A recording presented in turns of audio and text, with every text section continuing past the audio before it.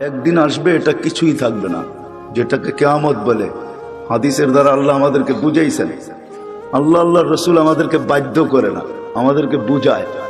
বাধ্য আল্লাহ করতে পারে, এই জন্য আল্লাহ আমাদের সামনে লজিক রাখছেন, যুক্তি রাখছেন। উনজুরিলাস সামাই ওয়া ইরতিফাইহা, আকাশ দেখ, উচ্চতা দেখ। তারাউনাহু বিগাইরি আমাদ, কোথাও তুমি খুঁটি পাবে না। দুনিয়ার সবচেয়ে পাওয়ারফুল দূরবীন হলো হুবল, সে সারা দুনিয়া ছাট মেরা দেখছে, কোথাও কোনো খুঁটি নাই। বিদায় আজ পর্যন্ত নাসার হুবল এই তথ্য দেয় নাই যে আমরা কোথাও খুঁটি পাইছি, খুঁটি দিয়ে আকাশ দাঁড়ায় আছে।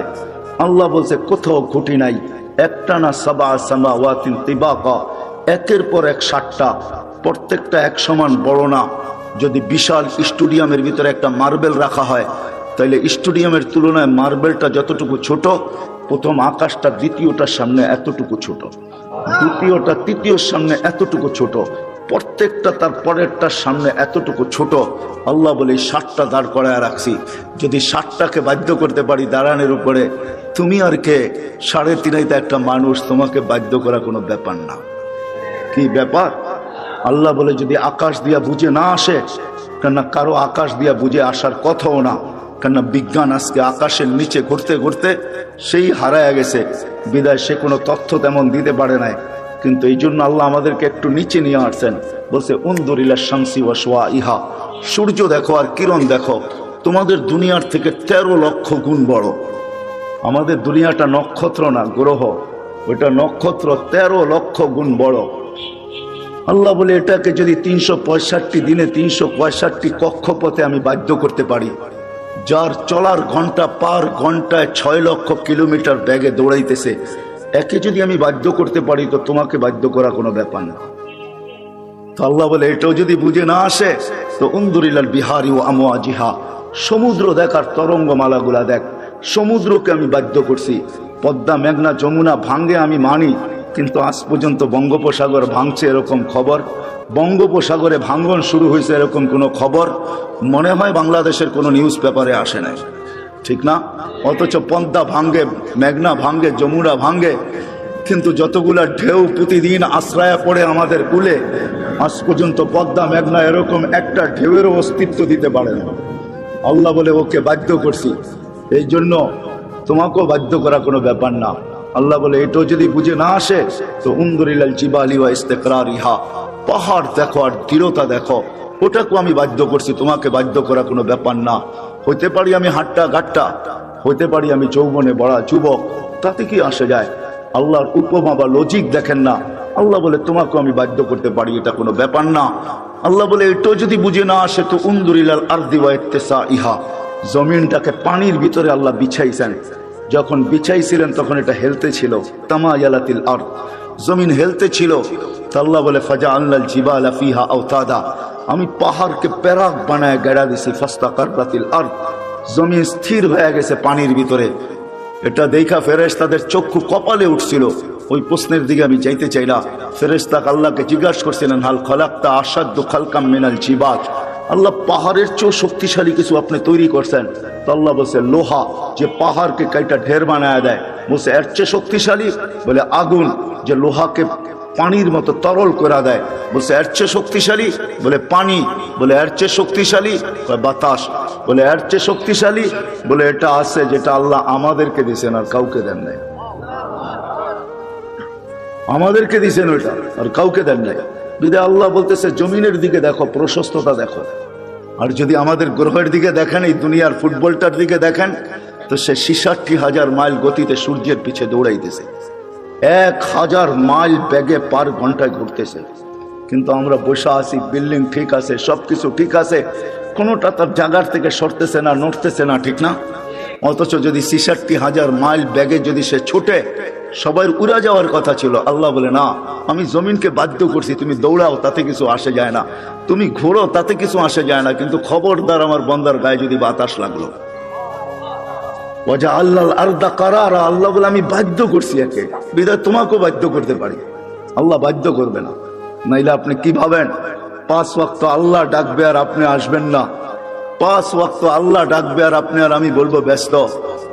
হ্যাঁ, রোড গার্ডওয়ালাও বলে ব্যস্ত, হাট বাজারওয়ালাও বলে ব্যস্ত, দোকান পাটওয়ালাও বলে ব্যস্ত, অফিস আদালতওয়ালাও বলে ব্যস্ত, ঘর বাড়িওয়ালাও বলে ব্যস্ত, মিল ফ্যাক্টরিওয়ালাও বলে ব্যস্ত, প্রত্যেক ব্যক্তি খেত খামারওয়ালাও বলে ব্যস্ত। প্রত্যেক ব্যক্তি যাকে জিজ্ঞাসা করবেন আজানের ধ্বনি কানে আসে, কিন্তু সে বলে আমি ব্যস্ত ব্যস্ত ব্যস্ত ব্যস্ত। আসে তো কয়জন আসে? যুবকও বলে আমি ব্যস্ত, এমনকি বৃদ্ধও বলে আমি ব্যস্ত, নারীও বলে ব্যস্ত, পুরুষও বলে ব্যস্ত, সব শ্রেণীর মানুষ বলে আমি ব্যস্ত। অথচ ডাকে কে? হ্যাঁ, কোন আল্লাহ? কোন আল্লাহ ডাকে? হয় রাগ হয় না। দুনিয়ার কোন পদস্থ মানুষ ডাকলে লঙ্গির খবর থাকে না। দুনিয়ার কোন পদস্থ মানুষের চিঠি আসলে, দাওয়াত নামা আসলে, দাওয়াতের কার্ড আসলে 1 মাস আগের থেকে জামায় মাঞ্জা দেওয়া শুরু হয়। মাঞ্জা চিনেন? আমি পুরান ঢাকায় বড় হয়েছি তো এই জন্য কিছু ঢাকায় শব্দ আসবে, কিন্তু আপনাদেরকে বুঝা নিতে হবে। বাটারার মানুষ মাঞ্জা দেওয়া শুরু করে, অথচ ডেলি 5 বার আল্লাহ ডাকে। আল্লাহ কোন আল্লাহ? হ্যাঁ, আল্লাহ নিজেই বলতেছেন, আমার আল্লাহ নিজেরই পরিচয়। কোন আল্লাহ? এই জন্য আল্লাহর থেকে যখন বিমুখ হয়, ডাকার পরেও যখন আসে না, তো আল্লাহ নিজেই বলতেছে মান আরাদা আন্নি নাদাইতুহু মিন কারিব। যে আমার থেকে বিমুখ হয়ে যায়, সবকিছু পাওয়ার পরে হারায়া যায়, যুবক যৌবন পাওয়ার পরে, রূপসী রূপ পাওয়ার পরে, দোকানওয়ালা দোকান পাওয়ার পরে, হাটওয়ালা হাট পাওয়ার পরে, বাজারওয়ালা বাজার পাওয়ার পরে, অফিসওয়ালা অফিস পাওয়ার পরে, আদালতওয়ালা আদালত পাওয়ার পরে, মেইলওয়ালা মেইলে পাওয়ার পরে, ফ্যাক্টরিওয়ালা ফ্যাক্টরি পাওয়ার পরে, বাড়িওয়ালা বাড়ি পাওয়ার পরে, ঘরওয়ালা ঘর পাওয়ার পরে, সবকিছু যখন আমরা পাওয়া যাই তখনই আসলে আমরা হারায়া যাই। আর যতদিন আমরা না পাই, যান হাসপাতালে যায় দেখেন, যার মুখে কখনো আল্লাহ ফুটতো না, এখন অসুস্থতার কারণে মাঝে মাঝে আল্লাহ যে যায় তাকেই বলে একটু দোয়া করেন, আল্লাহ যেন বাঁচায়া দেয়। এরকমও লোক শত শত পাবেন। তো আল্লাহ বলে যে পাওয়ার পরে বিমুখ হয়ে যায়, না তাই তুহমিন কারিব, আমি কাছের থেকে এসে ওকে ডাকতে থাকি আর ওকে প্রশ্ন করতে থাকি, ইলা আইন, কোথায় চললি? হাল ওয়াজাত্তা আজওয়াদা মিন্নি, আমার চেয়ে বড় দাতার সন্ধান কি তোর কাছে আছে? আমা কুনতা মা আম্মাহিনা, তুই নিকৃষ্ট একটা পানির ফোঁটা ছিলি না? ফামান জাআলাকা দামা, তোকে রক্তে রূপান্তরিত করলো তো করলো কে? ওমান জাআলাকা মুদগা, তোকে রক্তপিণ্ড বানাইলো তো বানাইলো কে?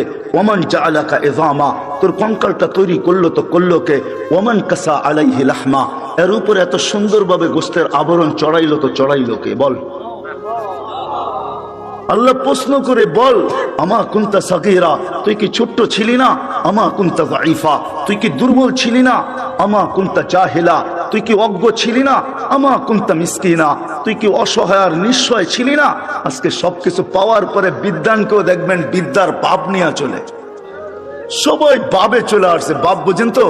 অন্য শব্দটা বললাম না, হয়তো আপনাদের দিলেও লেগে যেতে পারে, এই জন্য শব্দ পরিবর্তন করে বললাম। সবাই বাপ নিয়ে চলে, বিদ্যানকেও দেখবেন বিদ্যার বাপ নিয়ে চলে, পদালাওকে দেখবেন পদের বাপ নিয়ে চলে। তো আল্লাহ জিজ্ঞাসা করে, তুই অজ্ঞ ছিলি না? তুই নিশ্চয় ছিলি না? তো আল্লাহ চিত্র তুলে ধরেন, ফালা লাকা সিন্নুন তাক্তা, তোর তো দাঁত ছিল না এক সময়, তুই কাটবি দূরের কথা, মার পেটের থেকে যখন আসছিলি তো তোর তো দাঁত ছিল না। ওয়ালা লাকা লিসানুন তান্তিক, জিহ্বা ছিল কিন্তু বাকশক্তি ছিল না। ওয়ালা লাকা উযুনুন তাসমা, কান ছিল কিন্তু শ্রবণ শক্তির কার্যকারিতা ছিল না। ওয়ালা লাকা আইনুন তানদুর, চক্ষু ছিল দৃষ্টি শক্তির কার্যকারিতা ছিল না। ওয়ালা লাকা আকলুন তুমাইয়িজ, মগজ ছিল ভালো মন্দ বুঝার মতো ক্ষমতা তোর ভিতরে ছিল না। ওয়ালা লাকা কলবুন তাতাফাক্কার, দিল ছিল একটা ছোট কিন্তু চিন্তা কি জিনিস তুমি জানতে না। ওয়ালা লাকা ইয়াদুন তাফতিশ, হাত ছিল ধরার ক্ষমতা ছিল না।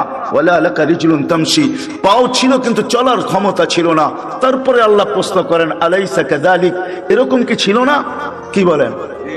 হ্যাঁ, এরকম ছিল না? আল্লাহ বলে ফাকাত তাতাহাররাক, তুই নড়াচড়াই করতে পারতি, আর কিচ্ছু না। তোকে এই পর্যন্ত আমি আল্লাহ পৌঁছেছি। কে পৌঁছেছে? হ্যাঁ,